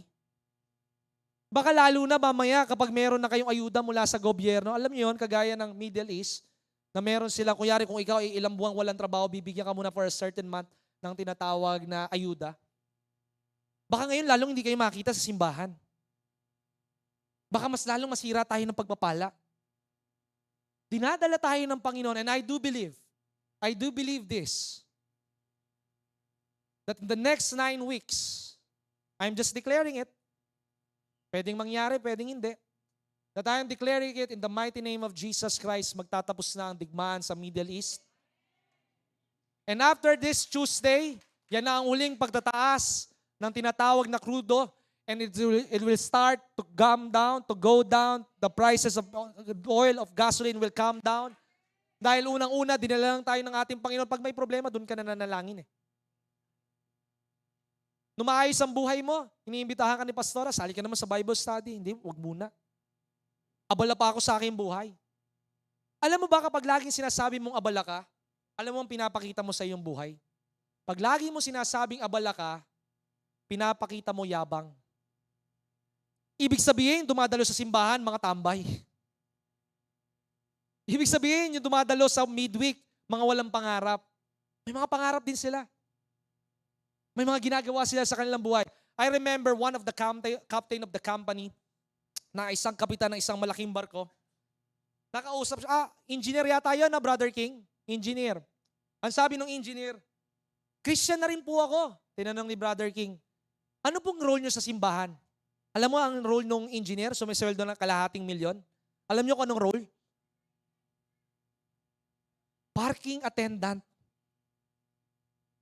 Hindi niya tinitingnan na siya yung parking attendant. Ang sabi niya, ito isang magandang pagkakataon na makapaglingkod sa Panginoon. It is not being in the pulpit. It is not being on the praise and worship team. It is not being exposed doon sa maraming tao. God, the God who sees you in secret, God will reward you openly. Sometimes gusto muna ng ating Panginoon, paglingkuran mo ang misis mo. Kaya nga yung mga kababaihan ngayon, maaring mas marami ang babae ngayon, pero darating ang araw, pantay na ang dami ng babae, pantay na ang dami ng kabataan, at magkakaroon na tayo 2nd, 3rd, 4th, and 5th service. Ang mga leaders natin, sila ay magtuturo din. Ang mga pastor natin ay lalong darami. Magiging pastor si Brother Noel. Alam niyo po bakit? Maaring maraming mga babae ngayon, gagamitin ng Panginoon yung pagiging chismosa mo into a chismission. Dati chismosa ka. Ngayon, ichismis mo na yung salita ng Diyos. Kung paano doon, nakakita ko, yung mahirap ngayon may-ari na ng kumpanya. Yung dati nagdodroga ngayon, lasing na, hindi sa droga, kundi sa kabuspusan ng banal na espiritu. Hindi ko nga alam kung paano siya nakakapagbasa ng Biblia eh. That's when the power of God starts to move in this place. Kaya makikita po natin sa ating buhay, walang imposible kapag ang Diyos ang ating sandigan ng ating buhay. At bago ako magpatuloy, tinatawagan ko si Brother Harney, para mas lalong i-expand ang ating ministry.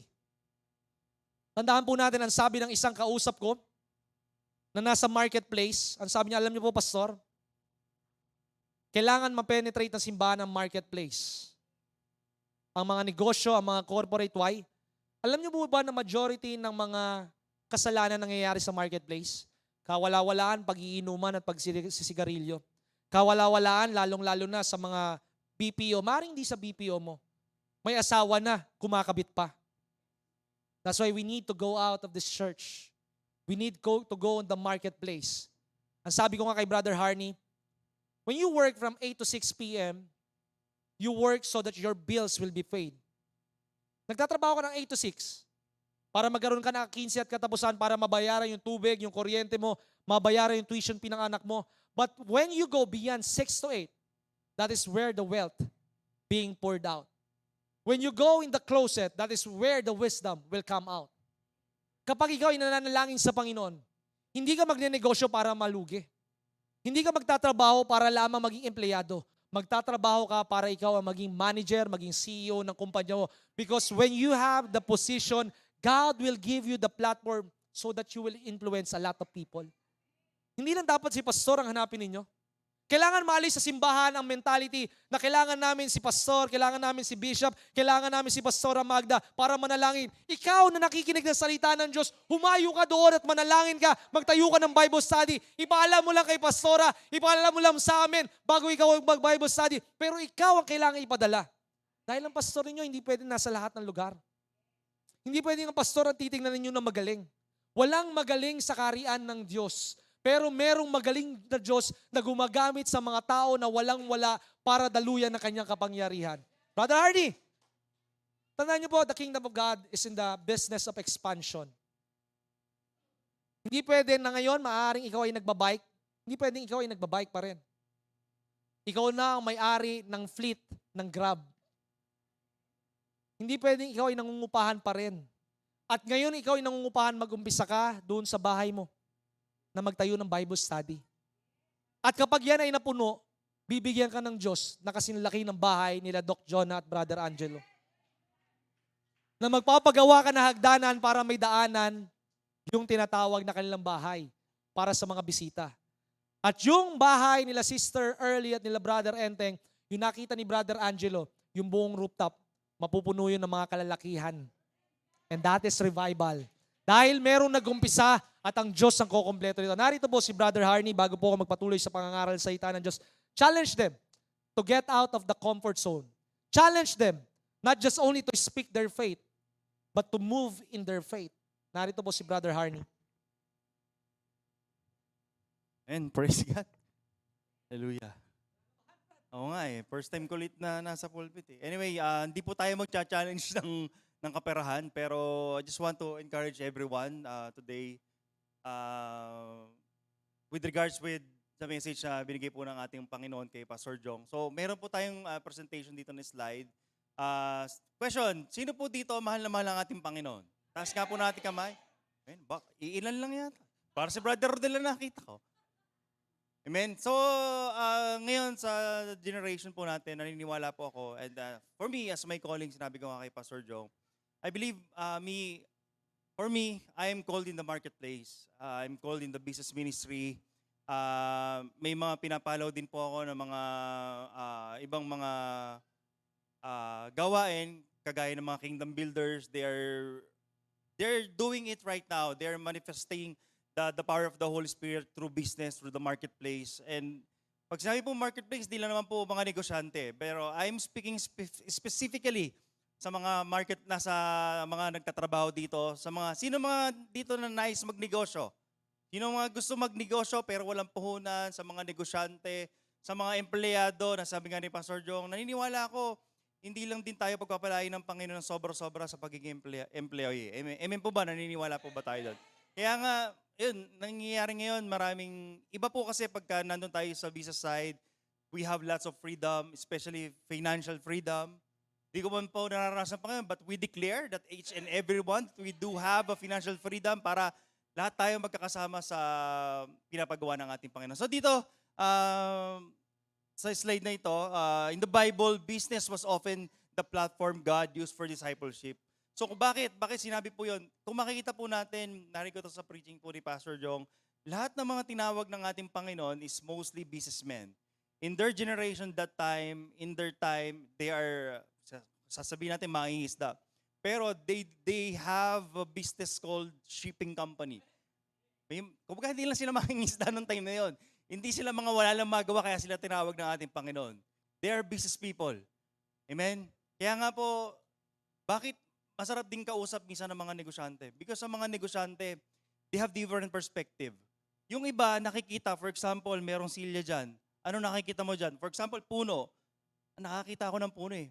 But for some other people, sa mga negosyante, naiisip dito, silya, nakakaisip ng pinto, that they can sell it to the market. Pero yung mga iba nakikita, hindi, ano lang yan, simpleng puno lang yan, wala iba nakikita. It's because we have different perspective. Amen. Next slide po, Sir Aaron. Sabi po dito, especially Boaz. Sino po nakakilala kay Boaz? Amen. Kumbaga, kung makikita po natin, Boaz' success provided for the less fortunate in his community.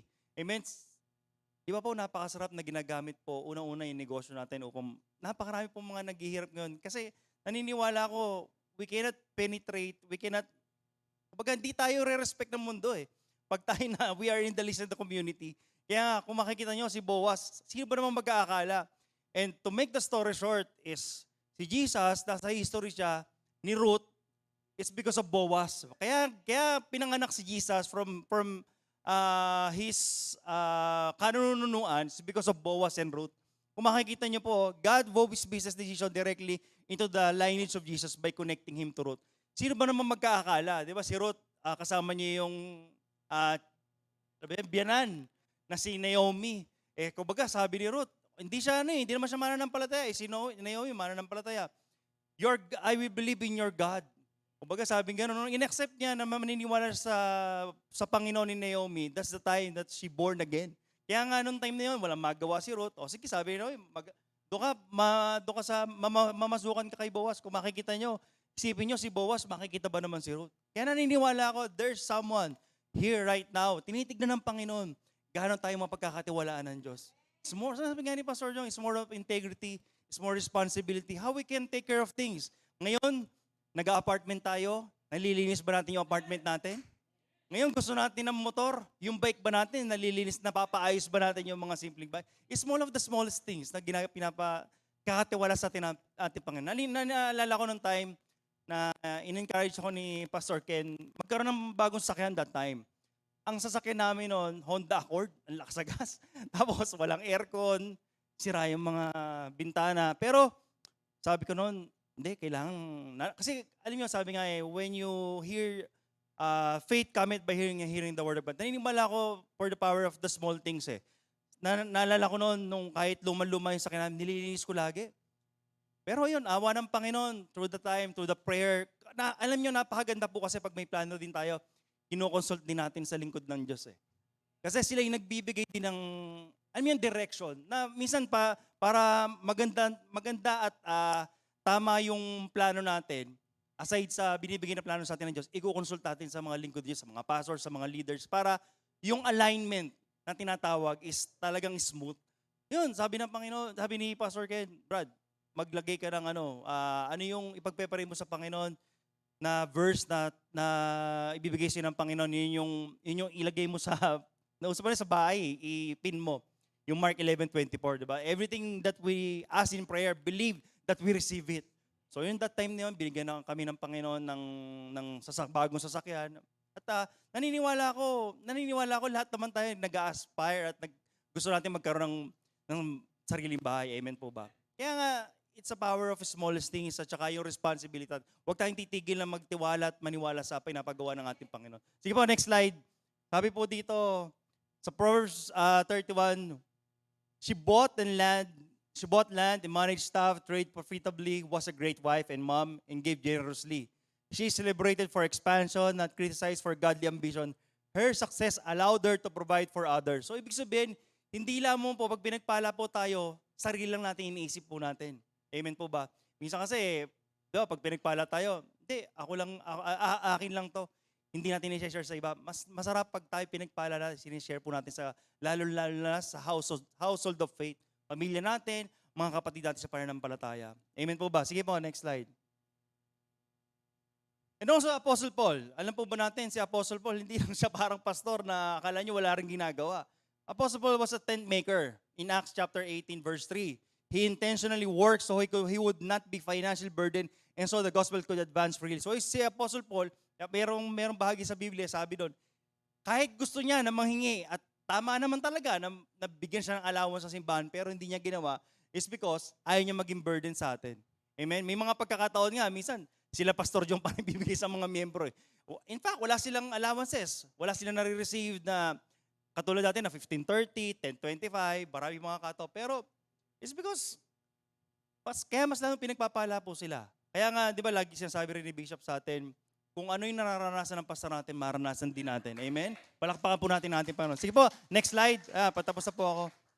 Even Lydia was a dealer in purple cloth, meaning she operated in wealth, trade, and influence. Acts chapter 16, verse 14 to 15. Her home became the first church in Philippi. Gusto po ba natin yung tahanan natin, mahagamit din natin Panginoon? Kami po, dinidesire namin mag-asawa, yung mga kapitbahay namin.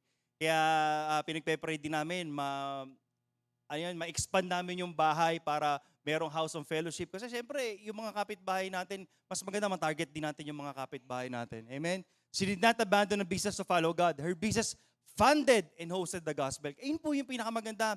Yung mga, di ba, marami dito, minsan gustong pumunta sa mga prayer mountain, kaso kulang sa fund. Maganda po tayo yung isang gamitin ng Diyos para makapag-fund ng mga gospel. Amen? Marami dito,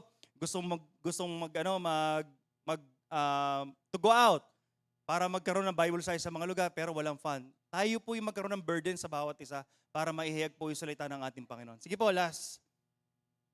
Si Priscilla and Aquila, they were tent makers also, katulad ni Apostle Paul. And Aquila ran a business that gave them mobility in income and access to leaders.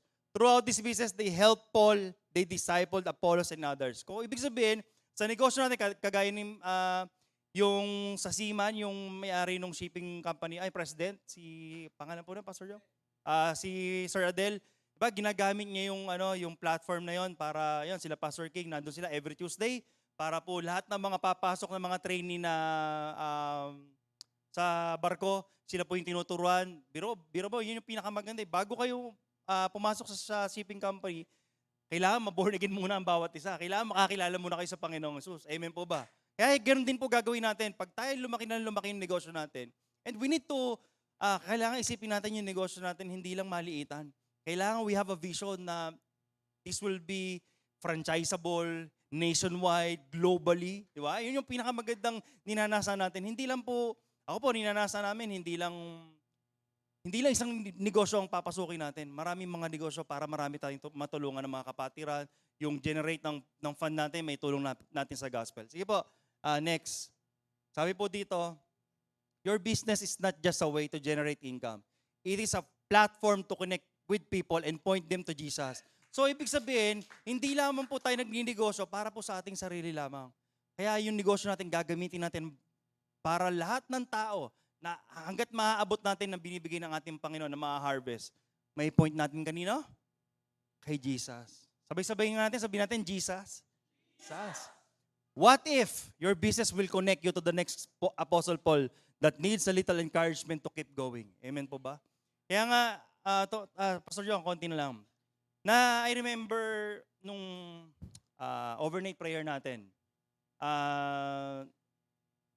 I can sense in my spirit, sabi ng Panginoon, parang sabi po niya, prepare and be ready. Prepare and be ready. Why? Because the wealth of the wicked will be transferred to the just. Kaya kailangan po, last story, kung naalala niyo po yung story ng 4 lepers, sabi po doon, sabi ng four lepers, nag-uusap sila ng apat na four lepers. Kung tayo isipin nyo, meron pong famine sa Samaria. Kung tayo mananalangin, kung tayo mag-stay lang dito, mamamatay din tayo. Kung papasok naman tayo doon sa Samaria, mamamatay. Kasi lepers they are outcasts. Siguro ganito lang gawin natin. Punta lang tayo doon sa kampo ng kaaway, ng mga Syrian army. Marahil, baka i-spare pa tayo, pakainin tayo, or di ko natin alam. Pero alam niyo po ba ginawa ng Panginoon doon? It's because of their faith, nakakita sila ng opportunity. Kasi minsan ang opportunity, hindi po iniintay. Ang opportunity hinahanap. Amen? Kaya nga sabi ko, kailangan yung perspective natin. Like right now, kung magpagpe-pray natin, hindi tayo mananalangin. Lord, bigyan mo po ako ng pera. No, Lord, give me wisdom. Gaya yung sinabi ni Solomon, Lord, give me wisdom to discern what is right and what is wrong. Lord, give me wisdom. Ano pong negosyo ang itatayo po namin? Lord, pagod na po ako mag 8 to 5. Pagod na po ako, hindi makapag-leave sa trabaho. Di ba, isipin mo, may nakausap nga akong Grab rider. Birin nyo, sabi, bakit ka nag-Grab rider? Sir, actually, dati BPO po ako eh. Pero isipin nyo po, birthday po ng anak ko, pinag-OT ako. Kaya sabi ko, sir, mag-resign na ako doon sa company, di ba? Marami pong masasacrifice. Kaya ito po, i-desire po natin na hindi po natin ipipilitan na magnegosyo kayo. But if you desire, kasi naniniwala po ako sa bawat isa, if you desire financial freedom, sa negosyo natin siya matatagpuan talaga. And if you are earning 500,000 sa pagkaka-empleyado mo, well, it's good. Pero if you do not know how to manage wealth, how to manage financial, hindi rin. Di ba maraming, nakita, kinukwento nga ni Kuya Ber, maraming mga police, retired police, mga nakabike, mga nakamotor. Daig pa niya yung general, siya yung naka-Port Everest Titanium. Amen? Bakit? Kasi napaka-frugal eh. So, amen. Kaya nga, si Kuya Ber, magpapabulalo yung mamaya eh. Dahil pinagpapala ng Diyos. Amen. Ang point ko lang, going back to the stories for lepers, biruin nyo, dahil nga sa presensya ng Diyos, nakita ng Diyos yung faith ng four lepers. Nung gabi na yun, nagulat yung mga senior army, susugudin tayo nung sa Samaria, nung mga sundalo nila. Ano sabi doon? Dinagdagan ng Diyos. Yung para may maraming mga chariots. Ang nangyari, tumakas yung mga Syrian sa sobrang takot nila. Hindi nila alam, meron palang, ang nandun 4 na lepers na naglalakad. Akala nila, libo-libong mga chariots. Ano ang point doon? If you see an opportunity, grab it. If you see an opportunity, huwag tayo matatakot. Kasi, kumbaga, hindi natin alam kung anong nandun nga sa kabilang side eh. Amen? Kung tayo parang convenient na or comfortable na sa sabu. Kasi sabi nga ni Pastor John kanina, it's all about our choice. Kung gusto natin, lagi tayo 8 to 5, 9 to 6, at ayaw mong bumulwak yung balon, it's your choice. Kaya nga, pero ang pinakamaganda doon, ang pinakamaganda nakita kong attitude nung 4, nung nag-aalisan na yung Syrian army, nung nag-aalisan sila, pinakamagandang attitude ng 4, ano sabi nila? Hindi po tama na nakakakain, na maraming pagkain, umalis na yung mga tao, may mga gold, hindi tama, nasasarili natin yung pagpapala. Amen? Kaya nga, sa mga kapatiran din, ang mga pinagpapala na, hindi rin tama, nasarili lang natin yung pinagpapala natin. Amen? Kaya yung ganda nung connectivity yung kanina yung kanta natin, hindi pa pwedeng, kapag ikaw ay nag-share ka, kung anong care sa'yo ni Jesus, i-care natin sa iba. Kaya nga sasabi ko nga sa miss ko, kung halimbawa man, hindi pa mararapture at tayo mamamatay dito sa lupa, ano ang maalala sa inyo ng tao? Amen? Ano maalala sa inyo? Ay, nadalo sa simbahan, yun lang, umuwi na. Ano maalala sa inyo ng tao? Amen? Mas masarap yung maalala na marami kang tinutulungan pero quiet ka lang. Na hindi mo na kailangan i-post pa sa social media. Kasi yun yung gusto nating Panginoon. Amen? Kaya nga, hinahamon ko ang bawat isa. Just close our eyes and I will pray for you. Lord, aming Ama, ikaw ay tapat at napakabuti. Alam ko po wala pong aksidente, wala pong aksidente po sa'yo. At wala pong imposible sa'yo. Kaya Lord, kung sino man po ang nagdi-desire, Panginoon, magkaroon ng negosyo, to be a president in their company, to help finance the gospel, Panginoon, lalo po yung gastusin ng simbahan. Panginoon, mangusap ka po sa kanila. Alam ko po na hindi ka po papayag na ang bawat isa ay magiging lulugo-lugo dahil ikaw ang aming tatay na may-ari ng langit at lupa, Panginoon. At binigay mo na ang iyong buntong anak si Jesucristo upang linisin lahat po ng aming mga kasalanan, upang magkaroon po kami ng pagpapala at kalayaan, Panginoon. Kaya Lord, mangusap ko po sa bawat isa, at kung sino man po ang kinakausap mo, Panginoon, ikaw po ang bahala magbigay ng karunungan, Panginoon, to step up their faith, Panginoon, na sila po ay manguna. At magkakaroon po kami, Panginoon, ng tinatawag na marketplace ministry, Panginoon, na ito po yung magpapatuloy po namin, na magkakaroon po kami ng fellowship, Panginoon, that we will not be fear, Panginoon, upang hakbangan po namin ang kalooban mo na ito, Panginoon. Ang plano mo po sa bawat isa. Kaya Lord, ang mga makakasama ko, Panginoon, ang mga matatapang na gusto magnegosyo, mga negosyante, Panginoon, tulungan mo po ang bawat isa na hindi lamang po kami makilala dito sa Binyang. Panginoon, ayaw namin maging famous, but Lord, ikaw po ang gusto namin makilala, Panginoon, sa aming buhay. Kaya aming Ama, pagpalain mo po ang bawat isa, sa iyo po ang lahat ng papuri pa salamat. In Jesus' name, Amen. God. Praise God. Last 5 minutes para 12:25. Just always remember this. Success is not what you gain. Ang katagumpayan, hindi kung ano makukuha mo. Ang katagumpayan ay kung ano mapapala ng mga tao sa paligid mo. If you want God to bless you mightily, hindi siya magpapala na maliit ang sisidlan mo. Kailangan palakihin mo ang sisidlan mo sa iyong buhay. Para tapusin po ang mensaheng ito kahit nasa umpisa pa lamang. At noong yung lalaking iyon na merong tinatawag na pagkakautang, nandoon yung ating pagakbang. Alam niyo po, kapag ikaw ay tumutulong sa mga inaapi, ikaw ay nagpapautang sa Panginoon. After 1 week, yung 3,500 na iyon, ibinalik ng Panginoon 7-fold. 7 beses na hinigit na binalik ng ating Panginoon. What I am trying to say is this. Buksan ng Panginoon ang iyong puso na ikaw hindi maging tikom ang iyong palad. Ang pagbibigay hindi lang pananalapi. Ang pagbibigay, unang-una, oras mo sa Panginoon, oras mo sa pamilya mo, oras mo sa simbahan. Pag ikaw ay laging walang oras, hindi lang basta yabang ang pinapakita mo sa sarili mo. Kundi kapag laging sasabihin mo sa iyong pastor, o sa Panginoon, abala ako. Busyness is this. Busyness is worshiping your own weakness and you're worshiping your own flesh. Hindi gagamitin ng Panginoon ng malakihan ng taong laging abala. Ang gagamitin ng Panginoon ay ang taong available. You say this morning, Lord, here I am. Use me. Lord, here I am. Bless me. Lord, here I am. Expand my territory. In Jesus' mighty name. Amen. Kaya kung iyon titingnan sa ating pagtatapos, hindi ka lang para mabuhay na hanggang dyan. Ang gusto ng ating Panginoon for you to receive the potential, the gift of God. Every one of us heard the word of God. Every one of us knows the word of God.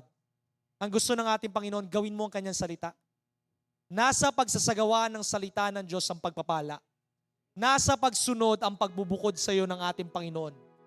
Kaya ikaw ay tinatawag ng ating Panginoon not just only to be an attendee, not just only to be a tither, para ikaw ay gamitin ng ating Panginoon sa iyong negosyo, sa iyong trabaho, para dalhin ang kaharian ng ating Panginoon.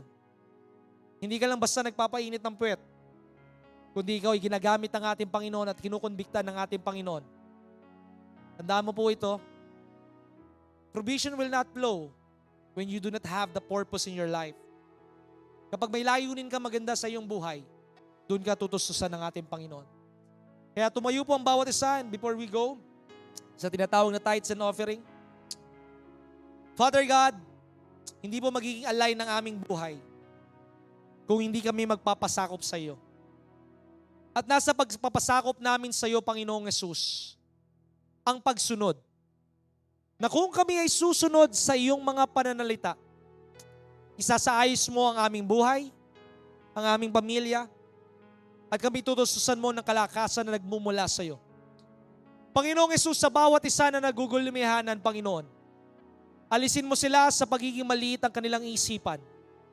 Alisin mo sila sa pagkatakot at ilipat mo sila sa kagalakan, sa pananalig sa pagsunod sa iyo. Hindi lang sila mananatili na ganyan because you have called them, O God, to prosper them, to bless them, and to be the head and not the tail, to be above and never beneath, to be in front and never behind. Lord, use them according to your calling. Enlarge them, O God, and may everything that they will do it for your glory and honor in Jesus' mighty name. Amen. Purihin po ang Panginoon.